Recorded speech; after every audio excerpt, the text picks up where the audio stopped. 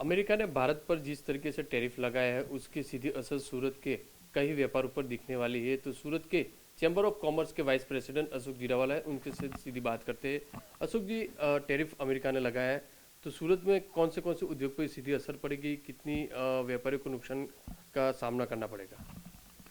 सबसे बड़ी बात जो हमारे टैरिफ लगने से जो सूरत को तकलीफ होने वाला है, सब बड़ा नुकसान होने वाला है तो डायमंड इंडस्ट्रीज को है, क्योंकि लाखों लोग उसके साथ भी जुड़े हैं।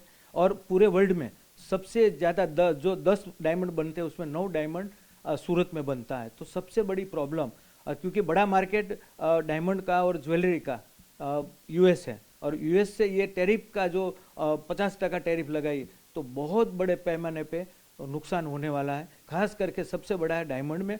सेकंड थिंग कि ज्वेलरी में भी इतना ही असर होने वाला है। तो ये डायमंड की बात करूं और टेक्सटाइल की बात करूं तो टेक्सटाइल में कम से कम यूएस हमारा सबसे बड़ा मार्केट है फैब्रिक्स के लिए, और फैब्रिक्स 12,000 करोड़ से आजू बाजू हमारा एक्सपोर्ट होता है।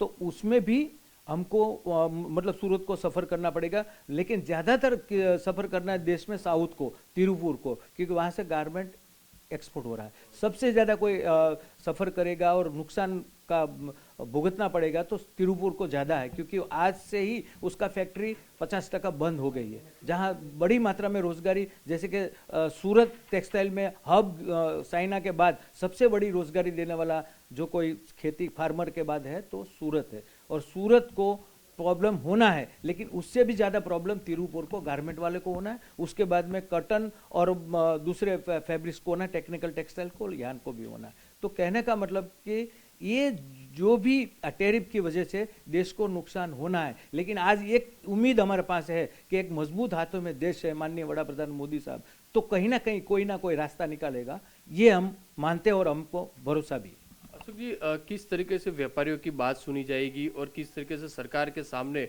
उन दूसरे देशों में वो व्यापार कर सके तो रजूआत की जाएगी, किस तरीके से रास्ता निकल जाएगा? क्योंकि टैरिफ 50% है तो असर व्यापारी को होने वाली है। खास करके अभी से माननीय वड़ा प्रधान मोदी साहब ने यूके के साथ करार किया हुआ है, और ओमान के साथ किया है, अबू धाबी के साथ, दुबई, अरब कंट्री और अफ्रीका। तो मैं मानता हूं कि फैब्रिक्स को तो रास्ता मिल जाएगा, लेकिन डायमंड वाले को वहां जाके कोई रोड शो करना पड़ेगा, कुछ ना कुछ अपनी जो प्रोडक्ट है, खास करके डायमंड और ज्वेलरी, उसके ऊपर सीधा असर ये टैरिफ का है।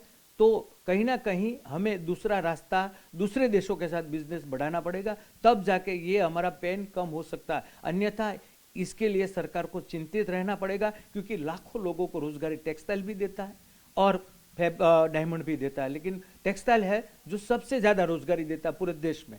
तो आज सेकंड लार्जेस्ट कृषि का प्रोडक्शन है तो सूरत का है, क्योंकि चाइना से दूसरा नंबर को प्रोडक्शन में आता है तो भारत में सूरत है, 6 करोड़ मीटर का पर डे का प्रोडक्शन ओनली फॉर सूरत का है। तो इसके लिए सरकार को कहीं ना कहीं कोई रास्ता निकालना पड़ेगा, ये मैं मानता हूँ। जिस तरह टैरिफ की असर सूरत में तो दिखने वाली है, क्योंकि सूरत में करीबन जो डायमंड ज्वेलरी और साथ में जो टेक्सटाइल उद्योग आया हुआ है उसमें लाखों लोग जुड़े हुए हैं।